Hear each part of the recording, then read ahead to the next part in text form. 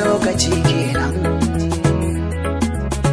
aya zamani kenan.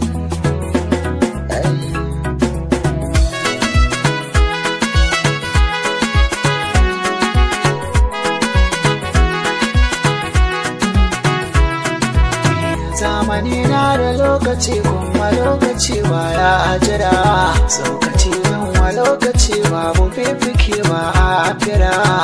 Ka duba akwai jawabi ga masu kundin shahara, akwai bakar wuya kan zuwa a ce ka gagara.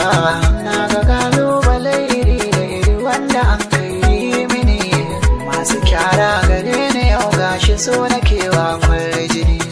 Ba na jin kai da ta gama ko biye wa rudin zamani kuma biye wa rudinsa za ya yi wadana a sani.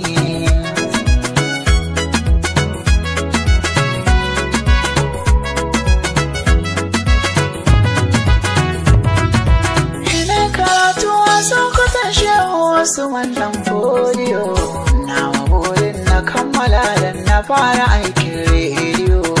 Haka ya sai na rabu studio, kuma wakan fina-finan Hausa masu wasan kwaikwayo. Sannan sanya kai na sa kai na fara sarrafa audio.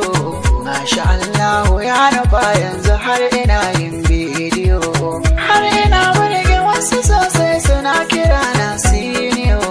Hakuri gishirin zaman duniya da kaina na gani.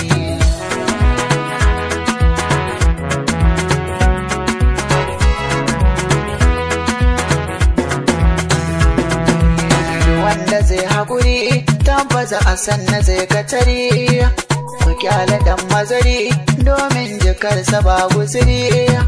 Ku ƙara ji da gani ai kai duwa ba za ta yi kasuwa, sama wake da hazo ba zan haɗe zuma da rina ba. Komai kake nema mai haƙuri kawai ka zamo, idan jiki da jini ai zuci ba ta ka samu. Ta gama ta wuka aikin ta bai wuce a yanka, wurin masoya na ya godiyar da babu iyaka. Mai son ka so shi kwarai dan ba kamar kabunsa arai, ku bi ni dan ku jiyo yana ya gwaggwar mayar harkar waka.